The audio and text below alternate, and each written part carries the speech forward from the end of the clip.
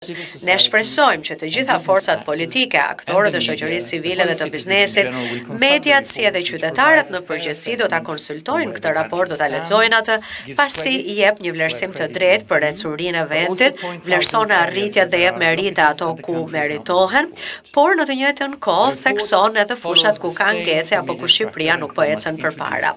Raporti ndjek të njëjtën strukturë dhe format si ai vitit kaluar. Periudha e raportimit mbulon 1 shtatorin 2024 deri më 1 shtator 2025 deri më 1 shtator 2025 me zhvillime shumë të rëndësishme edhe për tek kësaj date të cilat janë pjesë e raportit.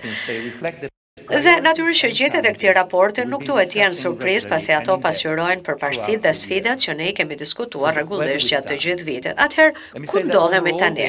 Më lejoni të them që në përgjithësi, raporti i zgjerimit për Shqipërinë për vitin 2025 është pozitiv.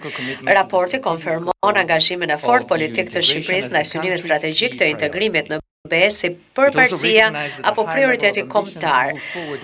Raporti vlerëson të nivelin e lartë të dëshirës dhe ambicjes për të ecur përpara negociata që vazhdon të jetë ruetur në një nivel të njëjtë, por gjithashtu kujton se dinamika aktuale duhet të përkthehet në reforma më të shpejta në përputhje me standardet e BE-s.